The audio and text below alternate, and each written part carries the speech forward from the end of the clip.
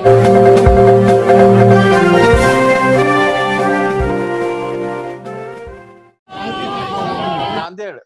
19 अगस्त महाराष्ट्र के नांदेड़ जिले में पिछले 4 दिनों से लगातार हो रही बारिश ने तबाही मचा दी है। मुखेड़ तालुका के कई गांव बाढ़ की चपेट में आ गए हैं। लेंडी धरण क्षेत्र में आई अतिवृष्टि के कारण रावणगांव, हसनाड़, भिंगोली और भासवाड़ी जैसे गांव पूरी तरह जलमग्न हो गए हैं।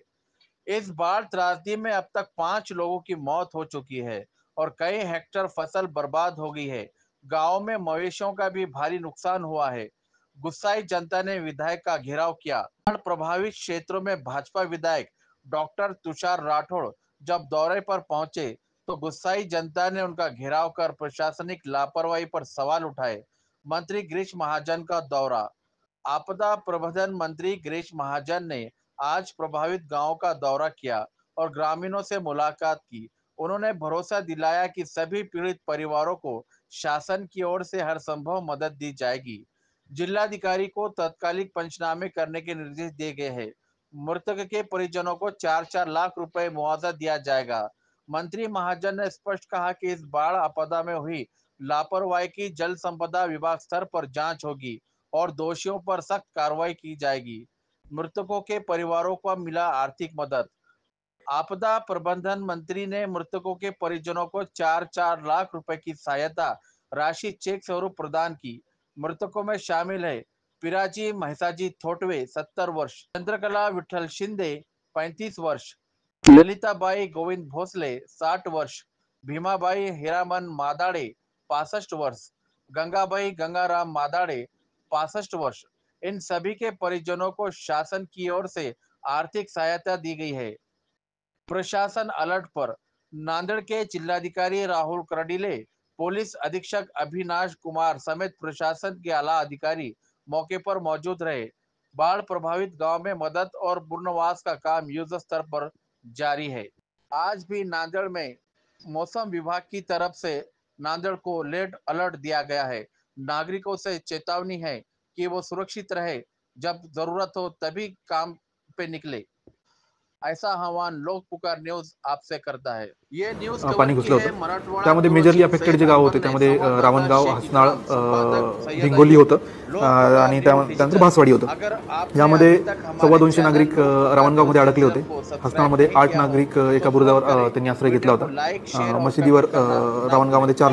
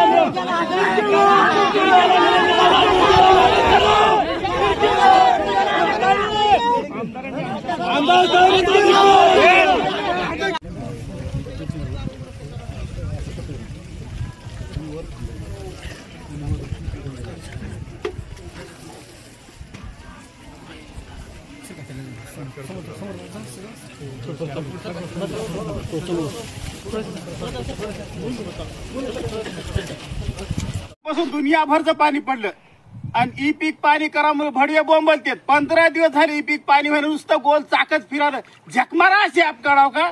आणि हे क्रॉप इन्शुरन्स हे भरण्यासाठी ते ऍप काढला, ते बी भडवीचा चालना गेला। ओटीपी घ्यायला ऍक्सेप्ट करणं गेलं। अशा झकमारा अशा कंपन्या काढाव का, चिवत्या बनवण्यासाठी काढाव का भडवीच्या ना। मरो कालपासून आम्ही तरसायला हे करण्यासाठी, ई पीक पाणी करण्यासाठी आणि हे क्रॉप इन्शुरन्स भरण्यासाठी एवढं नुकसान झालं। या भडव्या कंपनीला आकलन झट चालले गेले, झकमारा चिवत्या बनवण्यासाठी काढले का शासनानं।